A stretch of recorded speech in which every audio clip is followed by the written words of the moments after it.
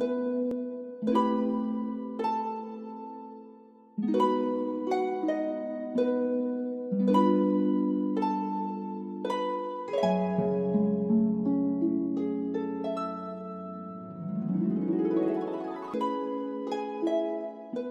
what's up everybody? We're back for episode 5 of Record Roulette. This is the series where I've been picking a record at random and using that record to sample and make a beat. We're gonna try something a little different this time. I did some screen recording for you so you can actually see my end, what I'm seeing as I'm making the track. So today I picked Emerson, Lake and Palmer. I don't know anything about this record. After listening to it, it is a 70's record, pretty rock influenced, mostly an instrumental album. There's only 2 songs on here that have vocals on them. Only one song that I've ever heard before. Last week I did a Travis Scott beat because of Astroworld. I mentioned that I had been listening to it a lot recently. Since then, we were blessed with a new record from Earl Sweatshirt, which I have been waiting for a long time now. This new album has a lot of lo-fi stuff on it, a lot of really cool soul samples. His beats aren't really mainstream, even though you could argue that Earl is a mainstream artist at this point because of how big of a following he has. You definitely won't disagree that it's not radio music. Because of Earl's new album, because we have been waiting so long for new music from him, I am going to do an Earl Sweatshirt beat to celebrate. So yeah, let's get started. First thing I did was look for a sample.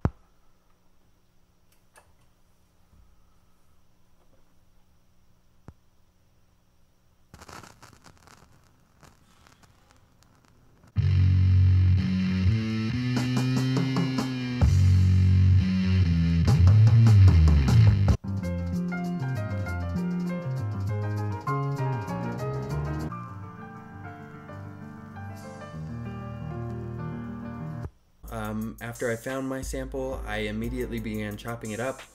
I slowed down the tempo a lot, I pitched it down, and tried to make it sound like something that would come off of an Earl album, particularly this later album.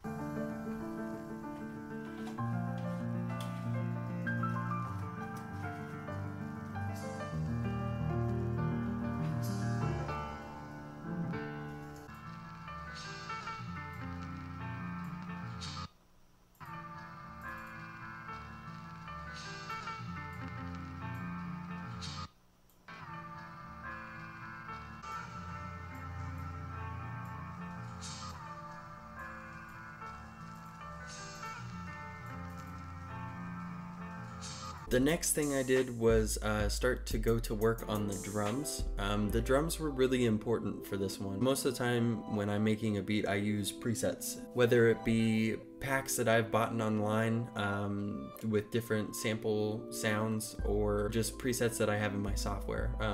This time I decided that I was going to use drums solely from the album itself, but I got lucky and there was a giant drum solo in the middle of this album.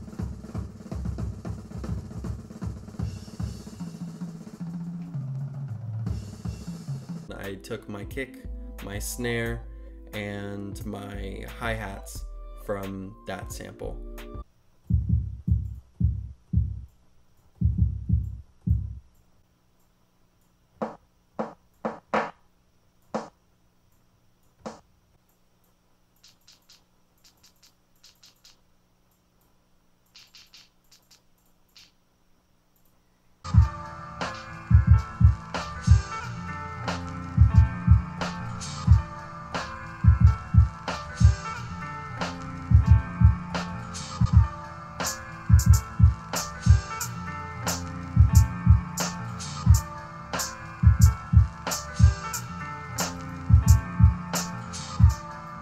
The next thing I did was start working on the bass. One important thing about Earl's bass in his new album is that it's not from a software. It's not a digital sound. The sound is natural bass, whether he sampled it from a record or he's having someone play the bass. It's all natural. For this track, I decided to use my guitar to try to capture that natural sound that Earl gets on a lot of these beats in his new album.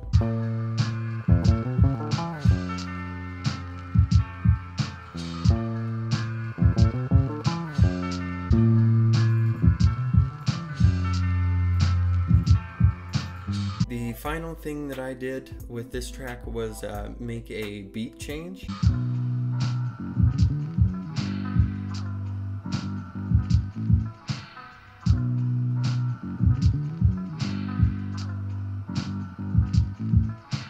When I went to slow the tempo track down, the guitar stayed at the tempo that it was. I hadn't realized it yet, but then I listened to it and it was apparent to me that the guitar track had not slowed down when everything else did. It created this really interesting sound that actually sounded like something Earl would do maybe purposely, or maybe he does everything on accident, I don't know. It fit just enough to make it sound okay, but also it was off time enough to make you kind of think about the beat.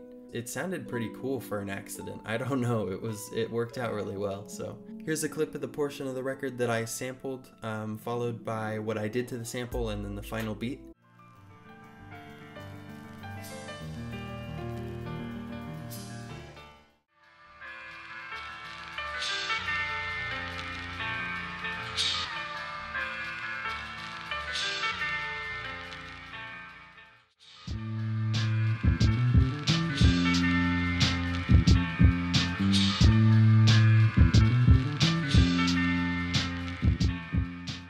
PSA, I'm changing my upload date to Friday.